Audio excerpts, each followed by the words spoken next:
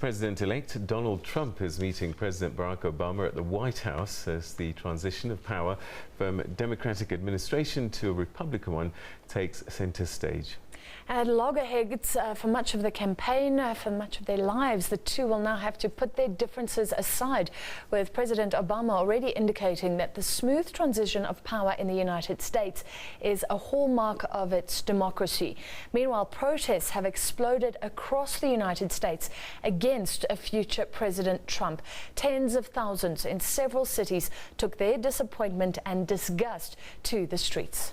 SABC correspondent Sherwin Bryce-Pease has been monitoring the situations, and he's in New York right now. Let's join him and find out where he is, and he can give us an update. A very good afternoon to you, Sherwin. It's a good evening for us, but it's been quite a day so far already for you.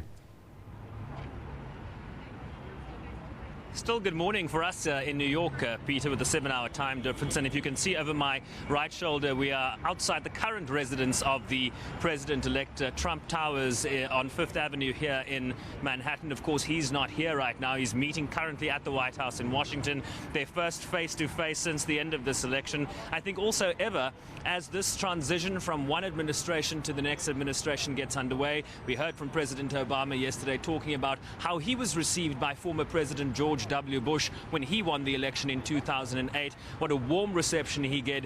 They talk about the institutions that need to be respected in this country. This is no longer a political conversation. This is about showing America's best to the rest of the world. Over 240-year democracy. The transition of power is a hallmark of democracy in this country and elsewhere, I imagine, in the world. But the United States prides itself on that. But what an awkward moment that might be. Just to be a fly on the wall, to listen to their conversations. They will talk about the levers of power.